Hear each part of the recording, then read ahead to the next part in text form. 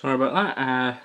The trailing wheels actually sunk into one of the gaps and actually caught a hold on the electric point clip. This is why I wouldn't recommend using them, because if that had kept on buzzing like that, it would be sending bursts of power into the decoder and it wouldn't know what to do, so it would actually fry it and possibly the motor as well. But as I was saying, it is my Britannia class, Donna Firth. She's a Scottish lady. She is the weathered edition, if you remember. She pulls the I can't remember which coaches they are. They're BR maroon, but they've got certain names on the coaches, but I can't remember which ones they are off the top of my head. We had a few problems with her. For some reason, when she would go around a radius curve for, well, it wasn't even a tight radius curve, the tender would actually lift in one direction, so you'd only have two drive wheels touching the track, and she wouldn't have enough power to pull the coaches round. Hopefully this has now been fixed, as I actually stripped the whole tender, which was the body off, the motor block out, checking the wheels, checking the chassis.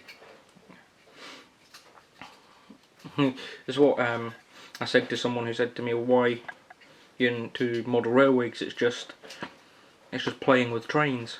Well, it's not. Let's face it. You get a train. Yeah, it may be a model, may have a motor in it, but it's not a toy, because you have to be an electrician at some point, because you have to take it apart, search for problems in electrics if you ever get any, which I've had, just because well, don't know why I have them, but yeah, you're an electrician for that reason. You're a builder, because you build the layout, you put the track down and everything else. You become a joiner, because you put the boards together and everything else. So it's more than just toys. It actually really infuriates me when people say, oh, it's just a toy. So I'll take her back.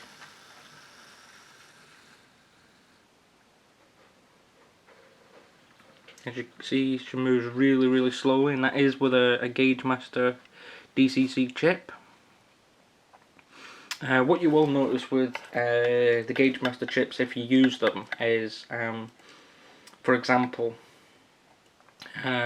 my Class 60, because I've actually got one in there now. I was trialling it in it, and it works really well.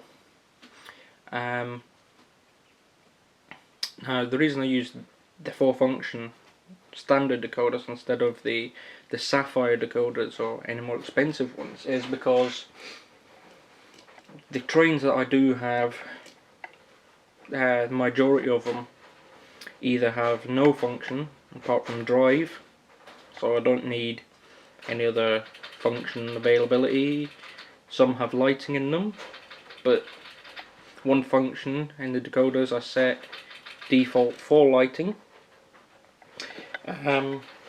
But what you will notice is, in my Class 60, when I had a Hornby standard function decoder in it, 4-function decoder, sorry, I had to take my controller up to number 4 before she start moving, and when I'll show you what I mean by number 4. Here's my controller. It's the Gauge Master Prodigy Advanced Squared, even though it doesn't say it on this handheld control. Now, I use the 126 speed step, as it's more realistic. You can set off trains really slowly and slow them down slowly. Now I've got a number of locomotive in that's not on the track, just to show you.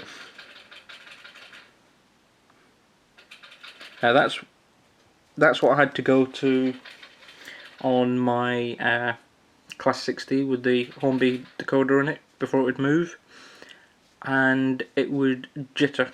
It would still move, but it would stop then start and stop then start. But with the Gauge Master control, with the Gauge Master chip, that's what you need to go to, 1, and it starts moving. But the other thing you will notice is, likewise of that, some trains with some decoders, like for example my Bachmann Class 25, which is DCC sound with Bachmann's chip in, obviously. When you cycle down, let's say from 10, and you go down to 0 really quickly, the gearing, the chip will tell the motor to go down gradually, and the gearing will slow it down instead of just a sudden stop. With the Gauge Master's chip, if you go from 5 to 0, it will pretty much stop instantly. So I just thought I'd tell you these things. This is what I've been experiencing. It may not be what you experience, but this is what I've experienced. Now onto some other things as well. In the background you can obviously see these BR Blue coaches. These were actually bought off of eBay for I think it was £15 something for the 3 of them, which I think is a really good buy. Now they're not the latest models by far. They are the old Hornby. As you can see, the old Hornby Railways ones, which were about the late 80s, early 90s when they were being made. Not entirely 100% sure. And if I take you over here, you'll tell you what, I'll bring them in front of the camera. That way, it's easier for us to see them. There's more light in this area. As I'm still downstairs, I went up in the loft the other day, started putting insulation in, and had to stop.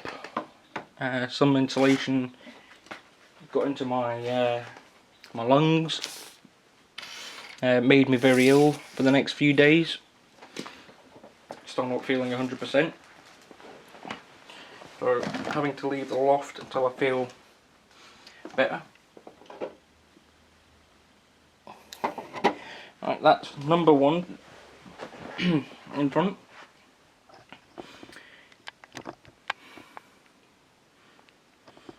It is an American kit. I can't remember what the name of the kit, but once I'm done with it, you would not necessarily see it as an American kit. It is a kit basher.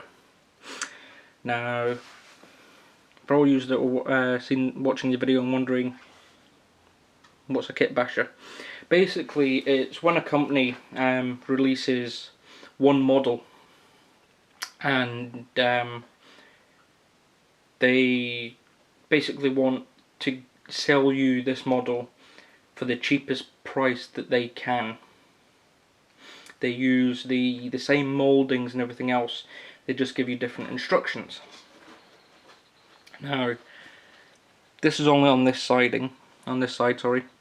Now, as you can see by kit basher, there's pieces that don't actually match. You have to do your best to match them in. Now, as you can see, I got my airbrush out, weathered the stairs because they would not be white. Truck deliveries areas would not be white. I ran out of paint, that's why I haven't done the rest. What I have done though, and I need to create an inner for it, is this down here. Now the reason for that is I thought in the back of my head an idea. Now that line side fencing or some other fencing, not particularly sure which fencing to get, but I was thinking putting it along this edge and fencing it so it goes off in that direction, so that trucks and other vehicles come in here to do deliveries and then come out of this area here into this building's own yard. Right, I'll be back with the second building in a moment. I don't know how long this battery is going to last now, as it's flashing, so I'll need to make this as quick as possible. I do apologise for that. This is the front end. This is actually the same kit as the one behind, just different instructions, like I told you. It's actually a 2-road engine shed, hence the weathering up here for diesel smoke and steam smoke. It was supposed to be, well, you could make it either a run through or any other. Now I've actually put my own windows in. For you who are familiar with Metcalf, I actually used the see-through plastic that's actually on the top that actually shows you the picture of the buildings. This is the rear end of it. As you can see, I've weathered again because it's going to be a separate area out back. I've weathered all around the bottom, front and rear, and when it goes up in the layout there'll be bushes all around the bottom. Well, I think that's it. Any questions, please feel free to ask, and any comments, please leave them in the section below, and I'll get back to you as soon as I can. Thanks for watching.